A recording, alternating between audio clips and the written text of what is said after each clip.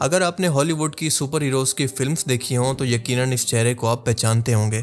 یہ marvel cinematic universe کے super hero character ہلک کا چہرہ ہیں جن کا نام ہے مارک رفیلو۔ ویسے تو اس سے پہلے کئی ہالی ووڈ ایکٹرز یہ کریکٹر پلے کر چکے ہیں، لیکن مارک اس وقت کا موجودہ چہرہ ہے۔ I'm always angry.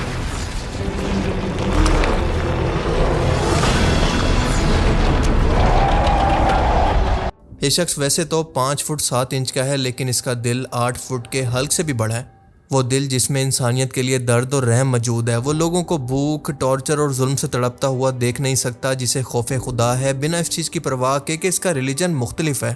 اور پہلے دن سے ہی جہاں پر اس کو موقع ملتا ہے غزہ کے اندر ہونے والے ظلم و ستم پر وہ ہمیشہ آواز اٹھاتا رہا ہے۔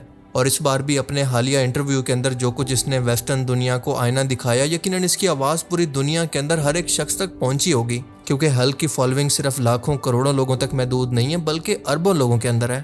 مارک نے اپنے الفاظ سے یہ ثابت کیا کہ نہ صرف سکرین پر بلکہ ریئل لائف کے اندر بھی وہ سپر ہیرو ہے، وہ سپر ہیرو جس کو انسانی جان کی پرواہ ہے۔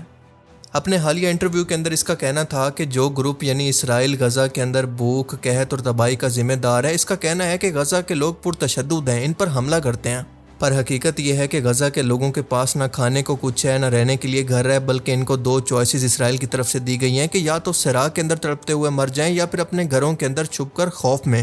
اور یہ کوئی قدرتی آفت نہیں ہے، کوئی قحط نہیں ہے، بلکہ خود ان لوگوں کے ہاتھوں پیدا کی گئی تباہی ہے جو کہ عام شہری لوگوں کو، نہاتے لوگوں کو مار رہی ہے۔ وہ بے قصور اور نہتے لوگ جو کہ نہ تو فوجی ہیں اور نہ اپنا ڈیفنس کر سکتے ہیں۔ اسرائیلی فورسز دنیا کو صبح و شام جھوٹ بول رہی ہیں، حالانکہ سچ یہ ہے کہ بارڈر کے ایک طرف اسرائیل کے اندر سب کچھ موجود ہے جبکہ دوسری طرف غزہ کے اندر کچھ بھی نہیں ہے۔ دنیا غزہ کو بھوک سے مرتا ہوا دیکھ رہی ہے، لیکن بولتی کیوں نہیں ہے؟ بولو جب تک کہ یہاں پر امن نہ ہو جائے۔ ہاں، ہمیں حماس کے پاس موجود اسرائیلی قیدیوں کو بھی واپس لانا چاہیے، لیکن عام غزہ کے بچوں، بڑوں، عورتوں، عام شہریوں کا کیا قصور ہے؟ ان کو کیوں اس طرح سے مارا جا رہا ہے؟ 80% لوگ جو کہ جنگ کے اندر مارے گئے ہیں وہ فلسطین کے سویلین عام شہری ہیں جن کا اس جنگ سے کوئی لینا دینا نہیں تھا۔ یہ کتنا بڑا پاگل پن ہے۔ پریزیڈنٹ ٹرمپ کچھ کرو۔ تم کہتے ہو کہ تمہیں لوگوں کی جان کی پرواہ ہے، تم امن چاہتے ہو، جنگ روکنا چاہتے ہو، تمہیں بھوکے لوگوں کی فکر ہے، لیکن کچھ تو کرو۔ جرمنی کچھ کرو، یورپ کچھ کرو، UK کچھ کرو۔ کیا ہم یہاں پر بیٹھ کر صرف تماشا دیکھتے رہیں گے؟ یہ پاگل پن ہے اور اس سب نے میرا دل توڑ دیا ہے۔ کچھ کرو۔ This is not a natural disaster. It's not a drought. This is a man-made disaster. It's a man-made criminal act to kill civilian populations. And it's being perpetrated by Israel and the IDF. They have all the food in the world on one side of the border. And on the other side, they have nothing. Don't let Gaza starve. Speak up. Don't stop until there's a just and lasting peace. Yes, we must stop this. We must bring the hostages home. And we must stop the killing of the children. More than 80% of the people who have died in this war are civilians. It's insane. Do something. President Trump, do something. You say you care about starving people. You say you want to stop war. Do something. Germany, do something. Europe, do something. UK, do something. We're going to sit here and watch this happen? It's insane.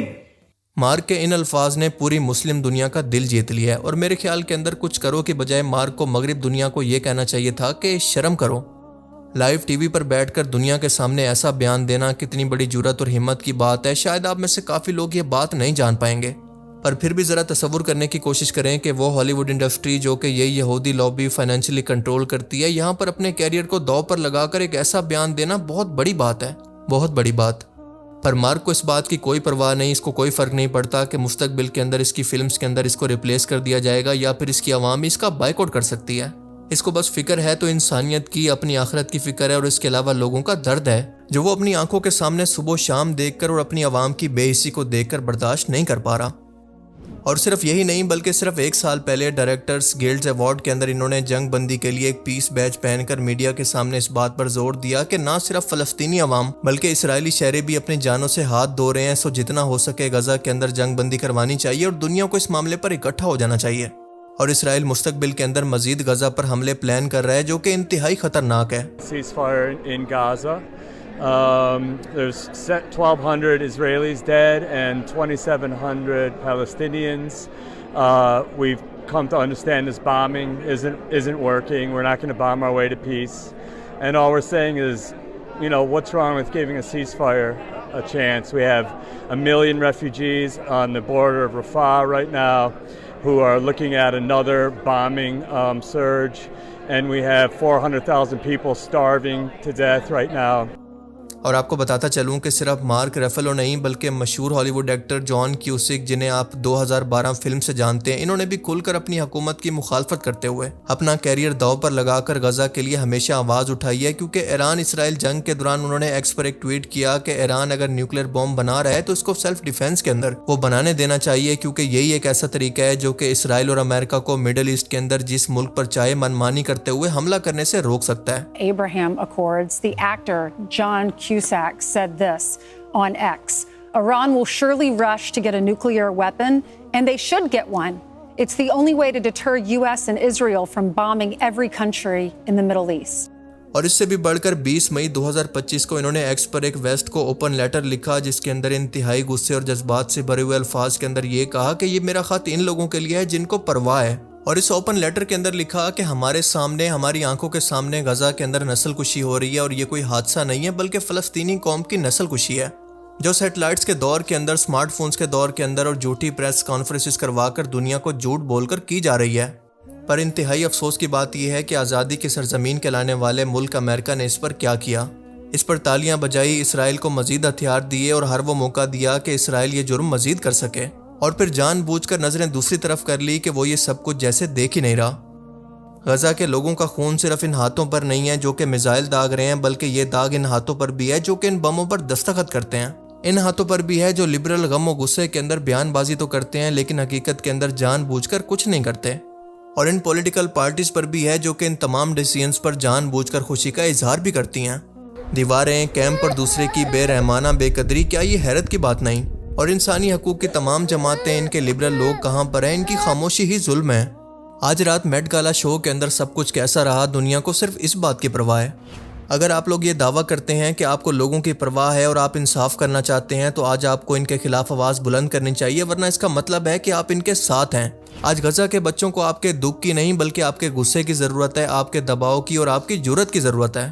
Gaza کا محاصرہ ختم کریں، اسرائیل کو ہتھیار دینا بند کریں، جھوٹ بولنا ختم کریں، اور اسے وہی کہیں جو کہ یہ دراصل ہے، ایک نسل کشی، نہ کوئی تنازع، نہ کوئی جنگ۔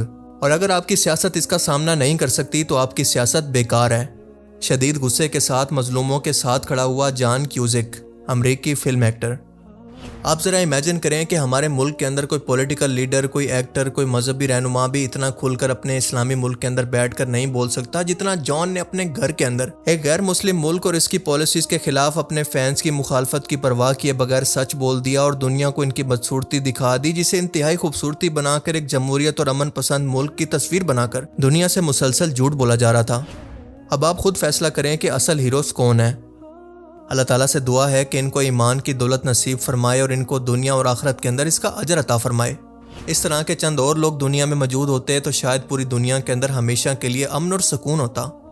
باقی آپ اس بارے میں کیا سوچتے ہیں؟ اپنی قیمتی رائے کا اظہار کمنٹ سیکشن میں ضرور کریں۔